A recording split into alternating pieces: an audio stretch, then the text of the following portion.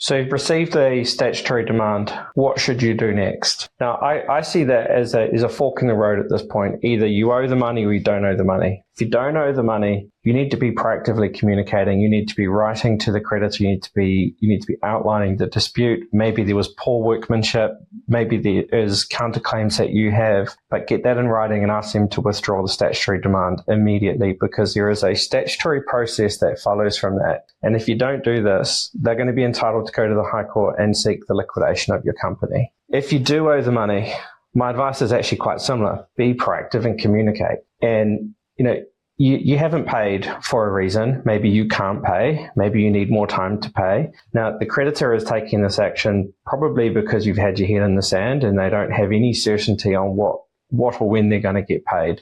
So proactively communicate around that. Ask for time. Be really clear around what it is that you need. And you might need to share some information with the creditor. You might need to put your cards on the table so that you can buy that time. The short point on this is if you can't pay the debt or all of your debts on time, the first thing you need to be doing is getting specialist insolvency advice. Because once that stat demand is issued, you have 15 working days to pay. After that, they're entitled to go to the High Court and seek a liquidation. When they serve that liquidation application, you have 10 working days to appoint your own liquidator, and then the opportunity is lost. So it's really important that you seek advice early, because as these times tick, you start losing your options. Now, in so many cases, a very bad outcome is getting a zealous liquidator who is appointed by the creditors with a mandate to make your life difficult. Maybe because you pissed the creditor off, maybe because you've been